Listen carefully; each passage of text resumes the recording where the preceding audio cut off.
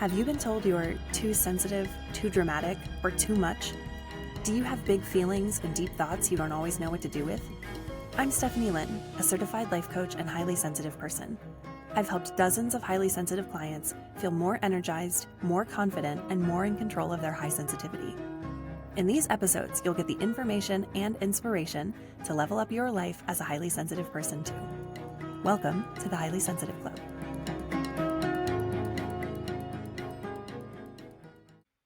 What's up, highly sensitive person? In this episode, I'm going to give you the skinny on life purpose and how that can change your life as a highly sensitive person, aka an HSP. My goal is to make life purpose and these related ideas super simple and clear, so it's way less intimidating and way more approachable for you to use in your everyday life. I want to demystify life purpose for you. I love this topic because clarity is one of my biggest values. And when you get super clear about your life, things tend to click into place a lot easier. Decisions become simpler, which means way less confusion. We get a lot more inspiration and motivation. And I find having clarity around the direction you're going and how to get there creates more ease and alignment with a lot less stress. No more drama. We don't want drama. As highly sensitive people, knowing our life purpose can reduce our stress and our overwhelm. It can save our precious energy making decisions, and it can keep us connected to every area of our lives. These are things we need and value as HSPs, for sure. I am also a big fan of defining your life purpose. Notice I said define, not find or discover, because I have a whole program around this called Polaris. Get unstuck and find your North Star. If you want to know more, stick around to the end of the episode and I will tell you all about how you can take the insights from today's episode to the next level. Let's get started. When you think about the phrase life purpose, what comes up for you? Does it feel like some huge epic thing? Does it have religious connotations for you or maybe some kind of divine flavor? Do you believe that it's attainable for you? Or is life purpose something luckier, more disciplined people have? Maybe the gurus have it, but I have no idea how to find it, right? I want you to just take a moment to notice what kind of emotions and thoughts come up for you around this phrase. What's the general vibe or the feeling? Would you label those feelings and thoughts negative, positive, or just neutral? In my experience, a lot of people seem to dismiss life purpose as something they'll just never have. That's something other people can find, but I certainly haven't found it yet, and I don't even know if I can. For growth-minded people like you and me, it might bring up book titles, for instance, full of ideas that feel kind of hard to grasp and apply. That was definitely the case for me. I kept reading these books, hoping to find some answers, and mostly they said some version of, you have to find it for yourself. Duh. I discovered a very simple, very approachable way to think about life purpose in my coach training, and it has made such a huge shift for me, so I hope it'll make the same shift for you, or a similar one. Here is my definition of life purpose. Your life purpose is the way that you are showing up in the world, how you are in the world, how you act, your thoughts and your beliefs, and your values and your attitudes that you're bringing to each moment. If you think of yourself as a compass, the life purpose is the arrow that points you in different directions, depending on where true north is for you. And I say it like that, true north, because that might change, and I will get into that in a little bit. It's the path you choose to get you from where you are to where you want to go. Here's my life purpose statement, just to give you an example. I show up to every area of my life in a vibrant way. I'm here to share my gifts of empathy, deep thinking, and curiosity with the world. And in the process, I aim to experience growth and freedom. Vibrant for me means living life in full color, experiencing all of it, the good, the bad, and everything in between. It means always improving and growing. It means not avoiding, not withdrawing, and not disconnecting from life, but instead showing up however I am that day and doing my best to feel connected and present and brave. That's not always easy, but again, it's from day to day. Whatever my best is that day, whatever feels vibrant for me that day, that's what I'm going to bring. If I have the option to do something, which might be taking on a new project for my coaching business, for instance, or maybe it's spending more time with someone. I look internally to my life purpose to see whether that opportunity makes me feel vibrant or whether it makes me feel overwhelmed or small or stressed or even apathetic. If it just feels like too much in addition to what I'm already doing, then it doesn't make me feel vibrant. And that's the kind of thing that I'm going to have to say, no thanks to. Now, I understand that not everything is going to be a positive option. That's not what this is about. Loved ones can always ask us to help them out, even when we are already tired from our day. We've already done a million things and we might have a million things left to do. It happens. We may have a deadline for some boring, complicated paperwork, which also totally happens. Or it's simply something we have to check off the list, like a chore, so that we can keep things running smoothly in our lives. Again, being vibrant doesn't mean sunshine and glitter all the time. It means, for me, fully experiencing everything life has to offer without mentally checking out and coming back when the commercial break is over, aka when it's fun and interesting again. Boring, annoying, and even sad stuff all falls under the umbrella of vibrant for me, as long as I'm showing up fully for all of it.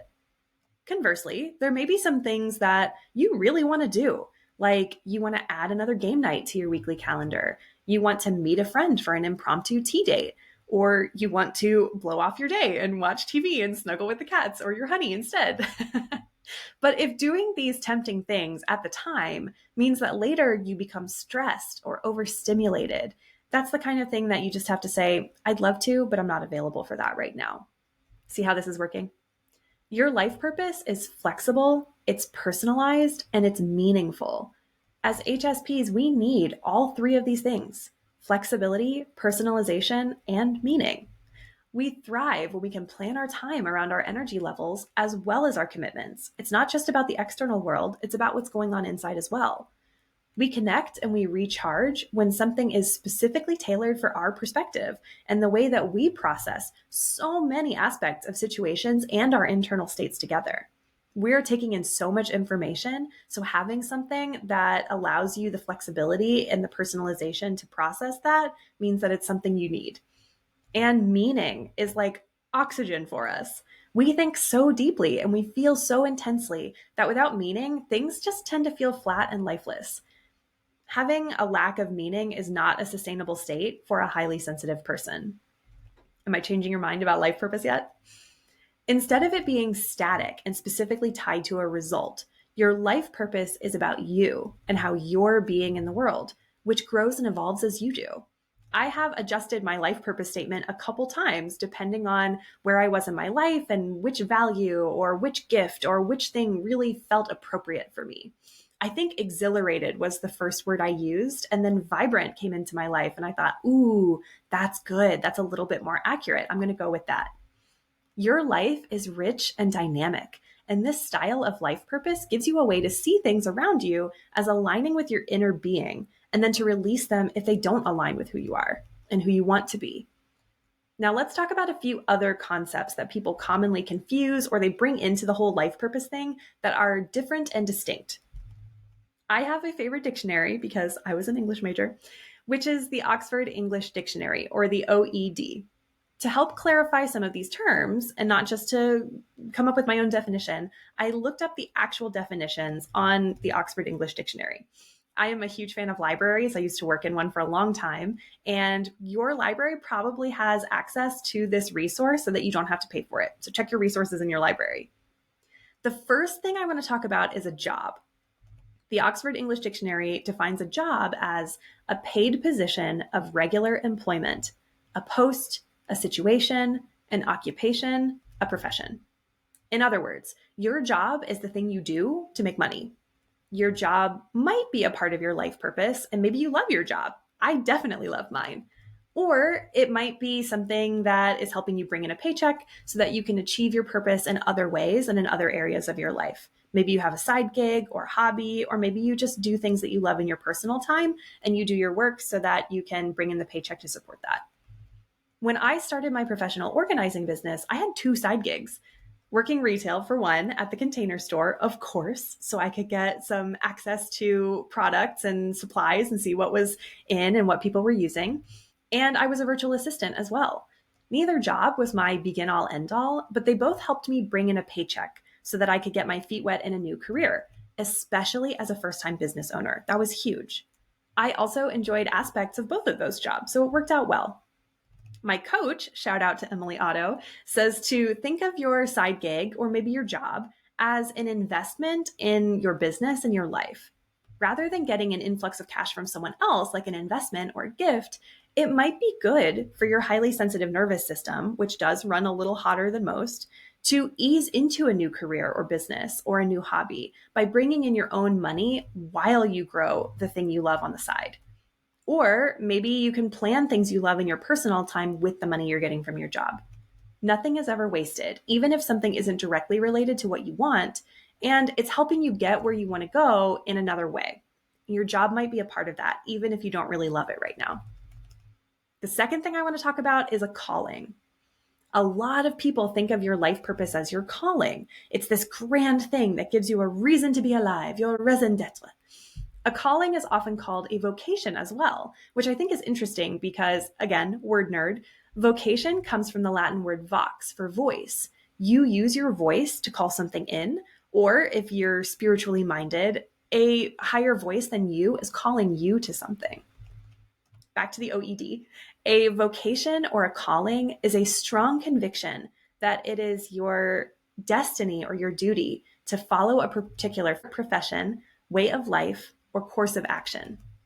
In other words, it's something you feel a strong pull to, something you feel you are meant to do, even if it's challenging or difficult. A calling is often something that requires commitment, it requires stamina, and it requires a lot of curiosity and willingness to grow. It's something you pursue over time and may include plenty of stops and starts, lots of experimenting, and lots of learning from your mistakes. People think you can only have one calling, but I disagree. I think we have lots of callings throughout our lives if we're willing to listen to them. Listen to that deep intuition, or maybe you call it your wise mind, that inner knowing that just tends to know things even when you're feeling very stuck or lost in your conscious mind. I've had a calling to be a coach for almost a decade, and it took me a long time to finally pursue that and go after a coach training program. But I felt that calling and I knew I had to pursue it at some point. When I became a professional organizer, I was answering a call to do something I really enjoyed and to support people and to try entrepreneurship for the first time. I've had a calling to host a podcast and to post YouTube videos and share content for a very long time. And here we are. You might have a calling to a certain kind of relationship, for instance. Maybe that's a romantic relationship. Maybe it's a friendship, or maybe it's changing a family dynamic or creating a family. It could be a calling to do a kind of work like painting or writing or speaking or some other service to others, or to make a product, for instance. It might also be a calling to accomplish a task, such as write a book or travel to a specific destination or form a foundation or charity, for instance. You have probably already answered a number of callings in your life already, and you likely still have callings that are speaking to you now, no matter how young or old you are. Your calling in this season of your life is your North Star, and your life purpose is the way you get there in the most authentic, genuine way that only you can do. I say season in this instance, not necessarily to mean a length of time season, as in, the 4 seasons of the year, but this could be a month, or it could be a year or a few years. It's a period of your life where you're in the middle of something. That's what I mean by a season. And callings can change depending on the season and the context of your life. I love this quote from Julia Cameron in The Artist's Way. "We are the origin of our art. Originality is the process of remaining true to ourselves." No matter what you do, if it remains true to you, you're an original. I find that super empowering because anytime I have a fear that, everybody's already said this before, no one's going to learn anything new, I just think, but they haven't learned it this way. They haven't learned it from me, and they haven't heard it this way. Then all of my fears just melt away. It's really helpful. We are all originals, and our life purpose is how we choose to follow our current callings. The third thing to keep in mind is goals. I think people often mistake life purpose for a final goal or some big outcome they want to achieve in their life. At the end of it, they can look back at the big thing they've accomplished and feel super proud and complete. However, according to the OED, an aim or outcome is your goal.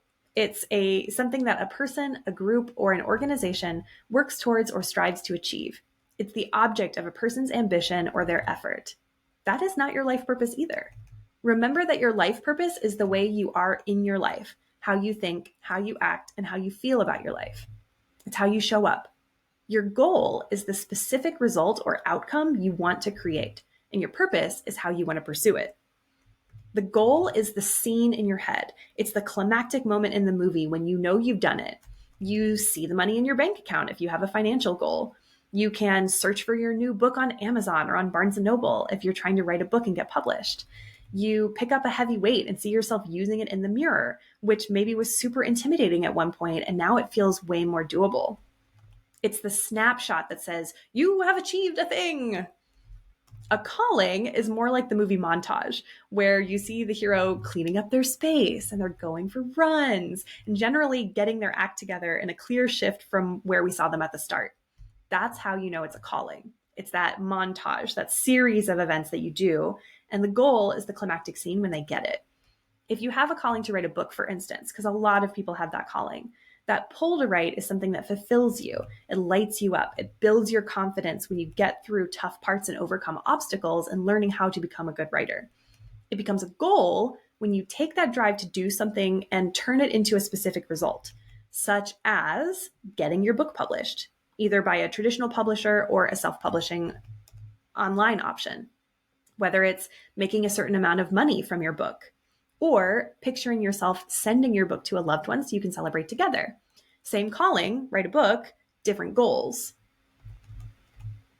Here's how this comes together with another example. I want to remove stress and stigma around being highly sensitive. That's a calling for me. The way that I go about it with lots of enthusiasm and humor and sharing ideas is my life purpose, being vibrant about it. Creating podcast episodes and YouTube videos is my goal. It's a specific outcome. The calling might be the same for another highly sensitive expert, though, but their purpose might be to reassure HSPs in a very calm, a very scientific, maybe a therapeutic way, which is definitely not in my scope. Maybe they focus on writing a book or articles as their goal. Same calling, different purposes and goals. And the fourth thing is passion. According to the OED, a passion is an intense desire or enthusiasm for something. It's the zealous pursuit of an aim. Intensity is the key word here. There are tons of ways to use the word passion, but in relation to your life purpose, I think people tend to conflate the two and use them synonymously, as though your life purpose is the thing that sparks your passion, or you have to have passion, or it's not a life purpose. Without passion, without intense emotion, it's not real. It doesn't count. I disagree. Passion, intense emotion, whether positive or negative, it'll come and go. But your life purpose is steady, in addition to flexible, personal, and meaningful. I often have a passion for new courses and online programs, for instance. I love to learn. One of my loved ones actually calls this NCE, or new course energy. I love diving into new content, learning new ideas, and doing the reflections and the activities to learn how to apply my insights to my life. Of the dozen or so online courses I've joined, I've only finished a few of them. And it's not that they aren't great courses, because most of them are, but it's that my passion for them waned as I maybe got what I needed from them already and I didn't need to do all the extra lessons. Or if it was a live course, maybe the timing of the course came to an end and the energy just kind of left the container. Passions can align with callings and goals, but passion ebbs and flows. And it tends to have a lot of energy and intensity earlier on and then fades over time. You can approach both callings and goals with passion, but the calling and goal will still be there even when the passion fades. To recap, your life purpose is the way you live your life. It's the way you choose to think, to feel, and to act. A job is what you do to make money, which you may or may not express your purpose in. Your calling is the pull you have towards something as though it's meant for you. You can have multiple callings. A goal is an outcome or result, a big finale scene that shows you've accomplished something. You can definitely have a lot of goals. And a passion is the intense emotions you experience while pursuing a calling, a goal, or even a hobby. Passion and life purpose can be present together, or you can just have one or the other, in which case then you have to decide what's really important and go back to those priorities. Your life purpose, when you bring it to each of these aspects of your life, makes everything feel more fulfilling, more meaningful, and more aligned with who you are. It can be a part of all of these other things and of your daily life. And the amount that you live your life purpose in your calling, your goals, your job, and how much passion determines how authentic you feel and how satisfied you are with your life. That's what I've got for you today. If you liked what you heard in today's episode, here are a couple of ways you can take this to the next level. Number one, I am hosting a live workshop called Life Purpose Madlibs this afternoon, Wednesday, January 17th, 2024 at 3 p.m. Eastern on Zoom. So you can join from anywhere. We are going to take all of this information and apply it so you can create your own life purpose statement and get super, super clear on how you want to show up in your life. If you're hearing this after the fact, which is quite likely, I will have the replay available through Friday, January 19th, 2024, so you can learn it in your own time and do the exercise yourself. You can sign up for the replay on the workshops and classes page of my website, stephanielynn.com, and that's STEPHANIELI as in Ingrid, NN.com. If you're listening way into the future and time traveling, get your highly sensitive self on my email list by going to stephanielynn.com and signing up. I have a quiz to see if you're highly sensitive, and you can just sign up for the newsletter as well. And that way you'll always be the first to know when my next workshops and webinars will be. I host them every month, and I take all the info I'm sharing here and help you apply it. Plus, during the workshops, you get to ask me whatever questions come up so that you can clarify as you go. Links will be in the show notes as well.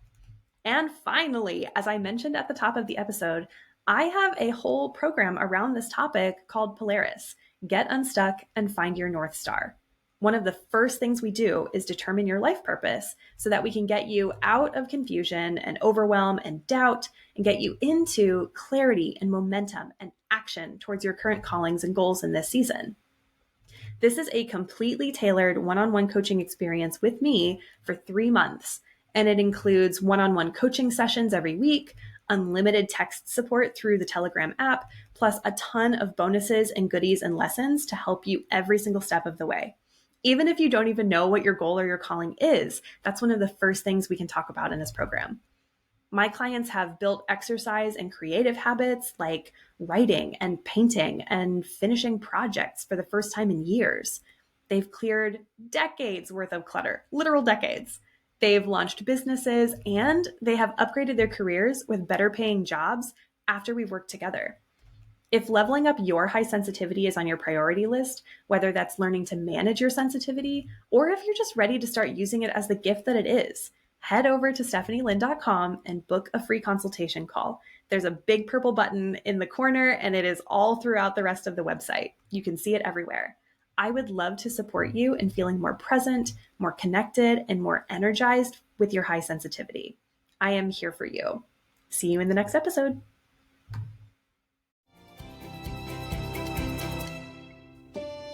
Thanks for listening. If you're ready to take what you learned today to the next level, head over to StephanieLynn, that's LINN.com, and book a consultation call to get started. I can't wait to see you there, my dear HSP.